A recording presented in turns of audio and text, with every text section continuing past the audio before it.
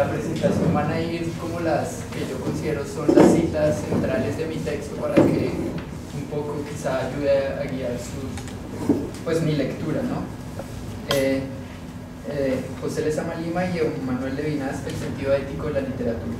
Empiezo con dos epígrafes que de alguna manera creo que van a darle el contexto a mi lectura, un poco mostrar en qué manera los estoy relacionando a Levinas con Lezama. Este primero es de Levinas, está en su libro Difícil Libertad, que es un libro donde toca cuestiones sobre todo religiosas, y dice así: el hombre más profundamente comprometido en su vida, aquel que nunca puede callar, el profeta, es también el más distante, el menos capaz de devenir institución.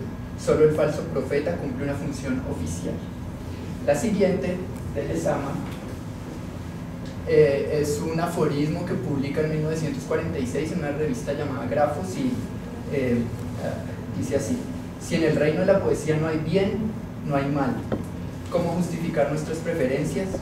El arpón y la responsabilidad extendiéndose por el cuerpo de total contaminación y la imposibilidad de dar un paso, total mudez, y por eso nuestra fuerza es la alabanza, cuerpo lastimero, y por eso la escala, avisos, signos, estaciones. El que tenga oídos, el que tenga ojos.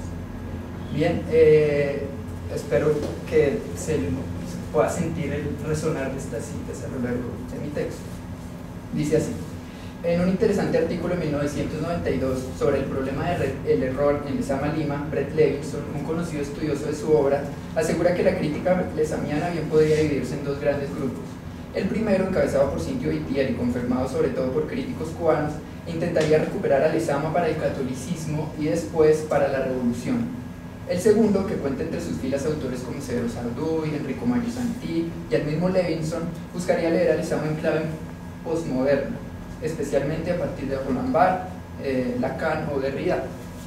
El artículo de Levinson deja claro que la coexistencia de estas dos tendencias de la crítica no es pacífica, que no son simplemente dos aproximaciones distintas a la obra de un mismo autor.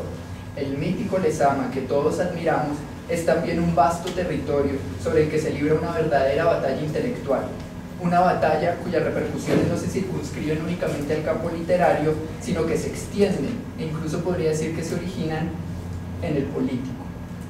Tal vez la principal razón para que el panorama que esbozó Levinson en el 92 haya variado tan poco en el curso de estos años es que la situación política que le sirve de base tampoco ha cambiado sustancialmente. A pesar de sus muchas maromas, la recepción crítica de la obra de Lezama no ha podido sustraerse al devorador influjo de la revolución, incluso cuando ha pretendido atenerse a cuestiones estrictamente literarias, como en algún momento lo intentaran Severo Sardú y Enrico Mario Santí, no ha hecho más que hablar silenciosamente de ella. Hace apenas algunos meses, por ejemplo, el mismo Santí todavía seguía advirtiendo acerca de los peligros que acechan esas lecturas de Lezama en las que, sutil o abiertamente, la inmiscusión de la política y la religión desplaza la literatura. Un intento por hacer una lectura ética de la poética de Lezama, ¿a cuál de estos dos grupos pertenecería? Para el lector familiarizado con la obra del cubano, que sabe que sus aproximaciones a cuestiones éticas no solo están íntimamente relacionadas con su comprensión del catolicismo, sino que en ocasiones dependen de él, la respuesta puede parecer evidente. Una lectura ética de Lezama no es más que una excusa para situar su literatura, una vez más, en el terreno del nacionalismo religioso, que es también, al menos para Brett Levinson, el terreno sobre el que descansa la metafísica occidental, ¿no? Platón y sus descendientes. En efecto, Levinson dedica una parte importante de su artículo a analizar las limitaciones de las lecturas que relacionan a Lezama con, dice él, la ortodoxia cristiana.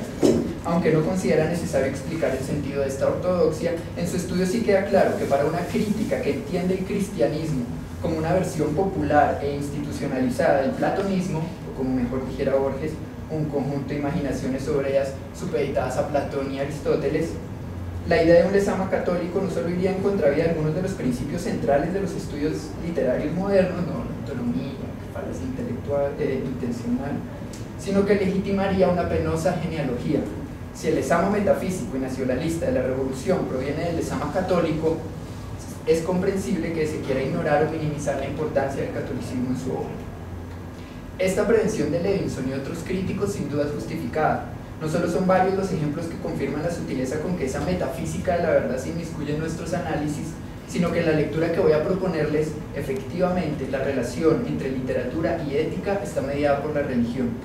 Mi objetivo de hoy es justamente mostrarles que esta persistente y a veces molesta intromisión de lo religioso en el universo lezamiano también puede ser abordada desde una perspectiva ética, esto es, desde una perspectiva que se funda, y a lo largo de la ponencia iremos viendo de qué manera en el problema de la